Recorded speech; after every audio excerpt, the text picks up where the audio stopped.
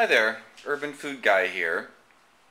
I wanted to have sort of a meditation on the price of food today because I have bought a few things in the last couple of days that have made me think about, well, the cost of buying quality ingredients. Here you see some onions. These onions are organic onions that I bought at the Union Square Green Market, and they cost $8.50. They were $3 a pound. So it's what, 2.5 pounds, something like that. Right next door to the stall that I bought these at, I saw non-organic onions for $1.50 a pound. And I know that not so long ago, if you bought it at a grocery store, Whole Foods, most comes to mind, you can get a 5-pound bag for a couple of bucks. I don't know, $3, $4. Now, obviously, what you're paying for here is these are farmers that are local, who are farming organically and are making an effort to not dump a bunch of pesticides into our soil. But at the same time, $8.50 for a bunch of onions seems like an awful lot of money to me. When I was buying them, I thought, well, okay, I'm not going to make any donations to environmental causes this year because it's just going to go to my grocery bill. Okay, the second thing that I bought that surprised me is that because I'm no longer shopping at Whole Foods, I am shopping at Commodities, which is an East Village health food store that's been there forever. Organic grocery store, whatever you want to call it. King Arthur flour. King Arthur flour is 100%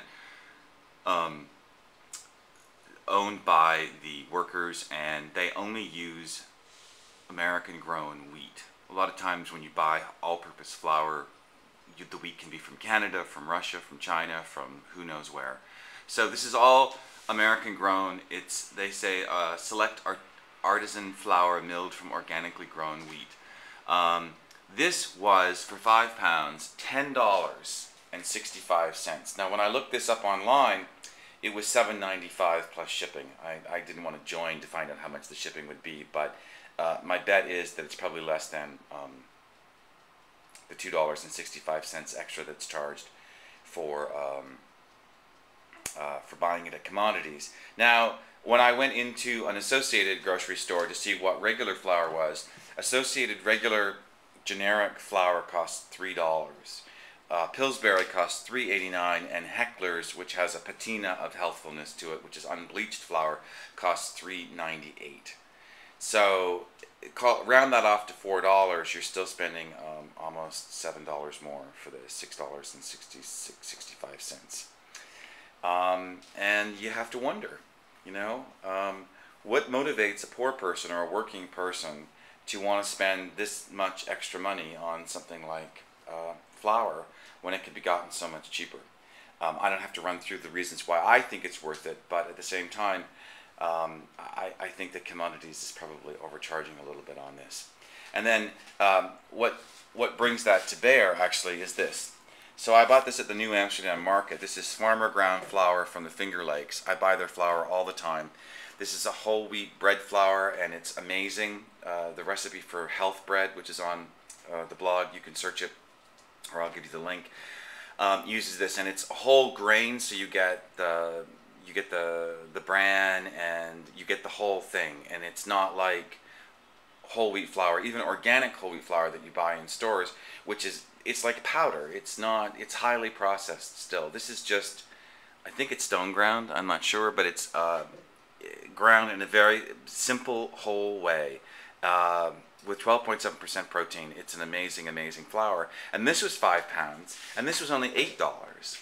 Now, it makes me wonder how a large corporation like King Arthur Flour has to charge so much for their flour when a local farmer who drives, 5 hours, 6 hours from the Finger Lakes to come to the market here in New York City can charge $8. Now, I understand that as a 100%, U.S. grown, employee-owned business, that King Arthur is probably paying their employees more, and they're probably getting health insurance and other things that who knows whether these farmers are able to provide. Anyway, I don't have any brilliant conclusion about this other than this idea that 9% of our revenue should go towards, or traditionally in the last couple of years has gone towards food, needs to be really rethought. And what happens in our family is simply we just don't go out to eat anymore. I just cook all the time, which is fine because I spend my day at home cooking and unemployed, more or less, or underemployed, as I like to call it.